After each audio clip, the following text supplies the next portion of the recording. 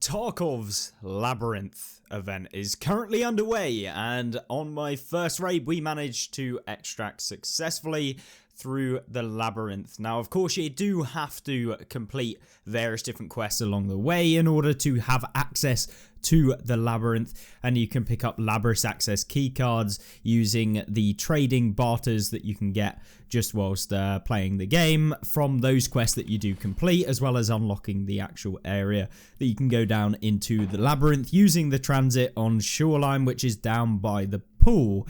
But the reason why this event, in my opinion, is amazing for PvE is not only because of the fact that the area is just rammed with a ton of loot. It's actually a really engaging area that I enjoyed playing and giving a go. And of course, we'll be trying to stream, we'll be going down there a lot, just trying to take out as many of the bosses as possible. Of course, you get the Shadow of Tagilla, as well as essentially a killer variant as well. And so both of them really interesting fights. The one that we actually played, we came across them both straight out of the initial door. So of course, when you first spawn down in the actual bunker itself, I'm gonna call it a bunker, it is basically one of those, but when you actually go down in there first, you're spawning into a room. So when you first load into the new map, you will spawn into a room on its own. You will have a door which you need to unlock, but in order to actually unlock that door, you need to find a key, and by finding the key, you unlock a door, press a button, or do something similar. Now, I'll leave a link to the wiki page down in the description below, so if you do manage to get there and you're wondering how to find the keys, they do have a list of images of all the different spawn locations of where those keys do actually occur. If you don't want to have a look at that and you just want to go into it completely blind, that's absolutely fine as well. But if you want to just get into the content as fast as possible,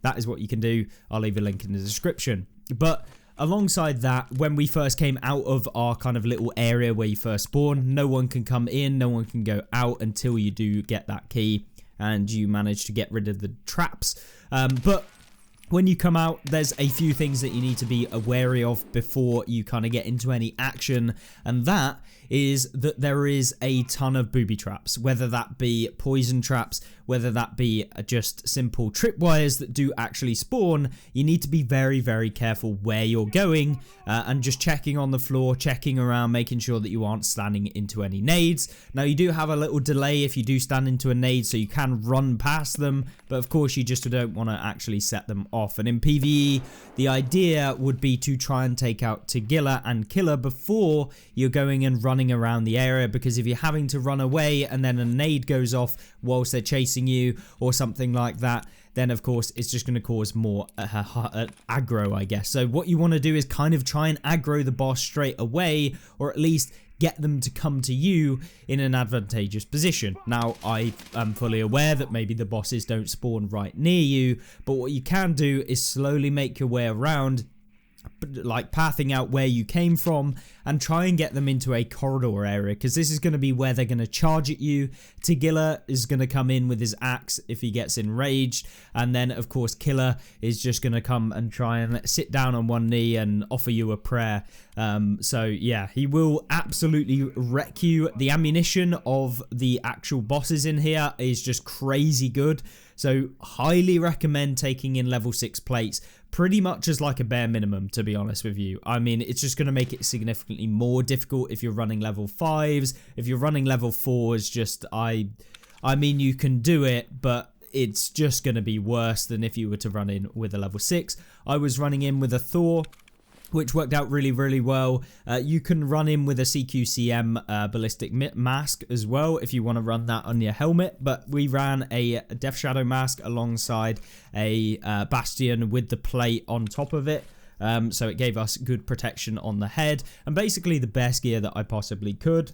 Now, in terms of weaponry, what did we actually use? We used an MCX with AP ammunition. This was to give us high penetration with a good fire rate to just mag dump those bosses when they do come for you. Because, of course, you know, Tagilla, he typically has his chunky ass helmet which has a ton of resistance to your penetration. It is high class armor, so you want to be especially going for kind of thorax shots on Tagilla himself, because when he runs at you, he does now have a guard for his neck. Like on the new helmet that he has, it has like a little I don't know what you call it, like a mouth shield thing that comes all the way down to his neck, so it's covered, so you can't really go for headshots reliably with him.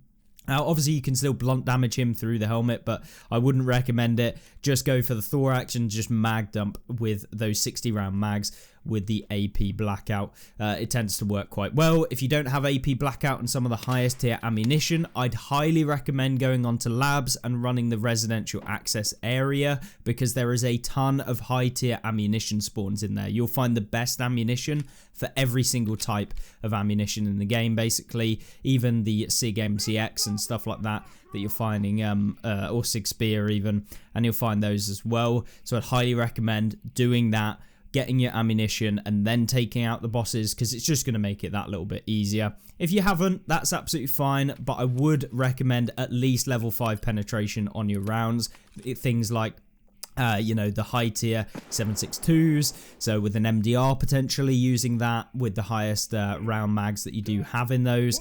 But the 60 round with the MCX works really well because of the fact that you just have 60 rounds and you can mag dump, so if it ever comes down to it, you can just hold down the trigger and hope for the best.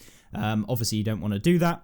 The other thing is bringing impact nades. Impact nades are going to basically stop you from getting into situations like I did with Killer, where I'm just having to corner peek Killer and hope that my rounds go through him faster than his rounds go through me, which is never a good situation. And so highly recommend, once again, taking in those impact nades to use them when you do find that the boss maybe sits down in a corner that is just a pain to actually try and fight him in. That way you can just lob an impact nade, he's gone, and that just solves the entire scenario and stops you from basically being taken out. And that is kind of the fights that I've found so far. Obviously, experiences will differ depending on your spawn location and everything like that, and we'll delve into that as the event goes on. And I'm sure if you want to catch me streaming on Twitch, you'll find me streaming over the next few days. So I'd highly recommend going and following me on Twitch, or simply I'll be streaming on YouTube as well, so stay tuned for those. But in terms of what is actually down in the bunker itself, is it actually worth going down there? What sort of things do you find? Well, in fact, there's a ton of things that you'll find, and it's all high tier stuff. I mean, I found graphics cards, we found MCBs, microcontroller boards, that is, and then we found, you know, top tier ammunition down there. There are also guards that do spawn with both of the bosses. These do have very good ammunition in them, and so even the guards are technically, they're noted as like scavs in the when you do take them out at the end screen, but they all have decent weapons, decent attachments. They all have very good ammunition. Same with the bosses. They all have very good ammunition as well. And they can have PPBS, like literally the top tier ammunitions in the game. There's also some Labyrinth like notes that you'll find. So Labyrinth research notes, you can find them on the scavs. You can find them on the Shadow of Tagilla as well. So you can find them on either one of them. So yeah, you can find them there, as well as actually in essentially the central device, which is in like the weapon assembly area. It's where like the, I don't know what you'd want to call it, nuclear device or something like that. Either way, you can find them in there.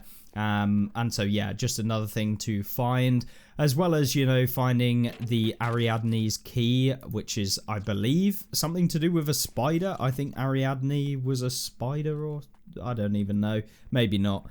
Maybe I'm thinking of something else. A princess, apparently. But yeah, you can find the keys for them. They're on the scavs as well as the bosses that you can find them on. And so I'll just double check what they're used for. Okay, so the keys are used to extract using Ariadne's path. There's a surprise, which is in like the bottom left of the labyrinth. So you can go through there and extract that way if you wanted to. Otherwise, you're going to have to use the way up extract, which is kind of right next to the main central area. And so you can go in there. One thing to note is that the main area of the map, so where you'll find the ballistic missile alongside the main central body of the map, that is where you're going to set off the alarm. And the alarm is essentially going to come through and just alert everyone to where you are, and then everything's going to rush towards you, including the bosses. So if you haven't met them yet, that is that's potentially an issue. So you definitely don't want to do that. But the thing that you do want to do is you want to turn off the alarms using the switches that are located variously around the map. But you can find those on the wiki for the Labyrinth. It'll be easier to explain or understand when you do jump into the map. But yeah, take out the bosses, then try and find out where the alarms actually are using the map. Have it on your second monitor if you've got one, or just have it on your phone or something like that is going to make it easy, because then you understand. If you know where the main central area of the map is, you'll find where the alarms are. And so once you've done like your first one, you understand the map a bit better, and then you can turn off the alarms much easier. From that point onwards, you'll know the map, so you'll know where you're going. But the first time that you do it, I'd highly recommend just try find the bosses, get them to aggro you, and then just hold corners and just basically peek them that way, and then just mag dump them with high tier ammunition. It works really well, and that's kind of what I'd recommend in terms of your first run through of the map. And then what you can do is go around and kind of understand the area a bit more, checking for those traps, finding out where those nades are, and then kind of making sure that you don't do anything silly. Now, as far as I'm aware, no PMCs do spawn in there with you. So when you're running in the PvE zone in particular, there's no PMC spawning in there. On PvP, obviously each of the kind of areas, so 1 to 5 has one PMC within it. And so those are, of course, going to be PMC raids. And so they can be taking out the bosses as well. And, you know, it's a bit of a weird one. But in terms of PvE, doesn't seem like any PMCs do actually spawn, or if they do, they don't open up the doors to allow them to get out of their area. So maybe that's something we'll have to have a look at, but I never found any PMCs. I don't think that they exist in the PvE side. Maybe that changes, I don't know. But so far, no PMCs. The only thing to be aware of is that I believe that you can transit with a group into the Labyrinth. So if you're playing with multiple of you, you can go in and just make sure that you are using armor or something that's visible, so that people on your team are going to be able to essentially notice it's you and not like the boss or something else, or like one of the scav guard people.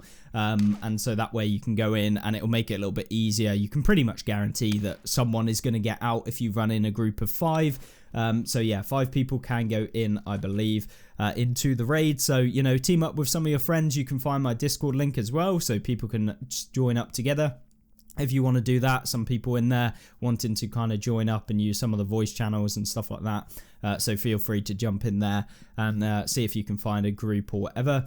But other than that, there is also a room, which is the corpse room. So you can find that key as well on, I believe, one of the bosses. And so, yeah, you can go into the corpse room. I didn't in the raid that we actually did.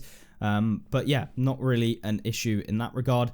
In terms of the chambers and puzzles, something I didn't mention is that there is also on the map, on the Tarkov Wiki, you'll be able to see what you need to do in order to kind of understand how to get out of the chambers. So there's a couple of ones. You've got toxic pool, you've got steam hazard, fire hazard, shotgun trap, as well as the toxic puddle, and they all have different things that you need to do before you can actually go ahead and leave those rooms.